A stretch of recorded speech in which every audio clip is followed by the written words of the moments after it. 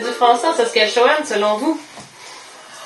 Ben, pour moi, le français va continuer d'avoir son importance à un certain niveau.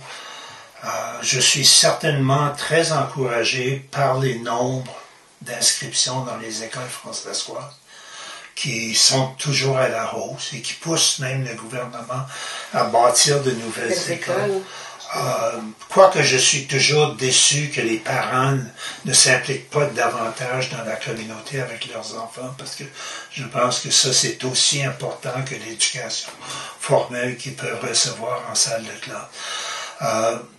Je trouve bien ce qui s'est produit dans les 15-20 dernières années avec cette migration africaine et autres en Saskatchewan qui pour moi, a changé la teneur de la communauté françaiscoise et qui risque éventuellement de vraiment l'enrichir, surtout quand on va vraiment commencer à voir de plus en plus de jeunes artistes africains vraiment produire des choses fort intéressantes au niveau de développement et ajout à la culture françaiscoise.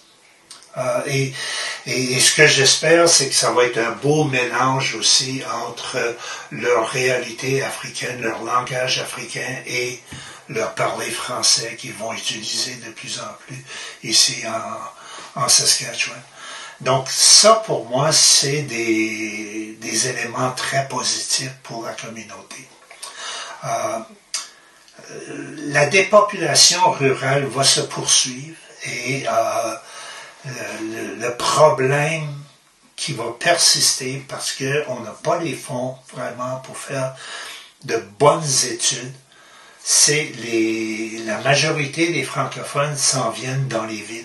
Est-ce qu'il y a un rôle, on parle des écoles d'immersion, est-ce qu'il y a un rôle que les écoles d'immersion peuvent avoir dans la survie du français, dans la vitalité de la communauté? Ben oui, mais je pense que le gouvernement n'est pas intéressé d'aller dans cette direction-là. Puis pour moi, l'école d'immersion, ce qu'elle manque présentement, c'est cette volonté de dépasser juste la langue parlée. Mm-hmm.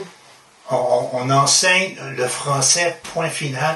On ne touche rarement à tous les aspects culturels de la communauté francophone.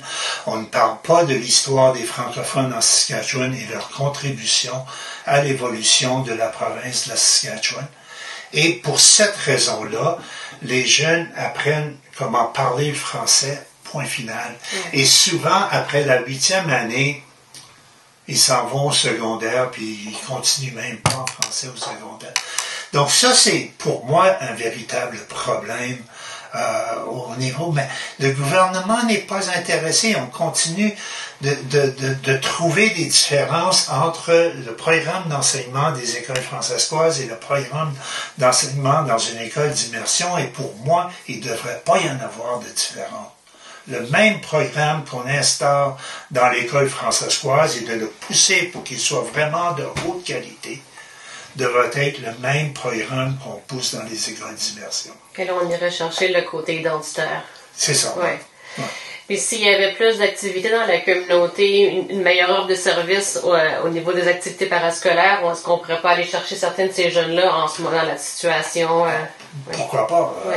Je sais qu'au niveau du théâtre, on a déjà recruté des jeunes de la Campbell Collegiate ou de la Boulders pour certaines des pièces de théâtre dans les années 90. Pourquoi pas le faire dans d'autres activités aussi? Mm-hmm. Ces jeunes-là. Et je vais te donner un exemple. qui résume comment une communauté peut se prendre en main pour vraiment travailler l'aspect identitaire. C'est que dans les années 90, il y avait le Festival théâtral jeunesse, qui était un festival pour les troupes de 9e à 12e année. Et il y avait une école d'immersion à Swift Current, dont un des professeurs, c'était une stringée de Pontex qui enseignait et qui voulait faire du théâtre avec ces jeunes en français. Et à l'école de Swift Current, à ce moment-là, ils avaient une personne qui était très compétente en art dramatique et qui parlait du français, mais qui était anglophone. Okay? Et ils l'ont recruté pour travailler avec les jeunes. La première année, ils arrivent au festival de théâtre avec Cyrano de Bergerac, okay? Qui était techniquement le plus beau spectacle que j'avais jamais vu produit par des jeunes. Au niveau des costumes, du maquillage et tout ça.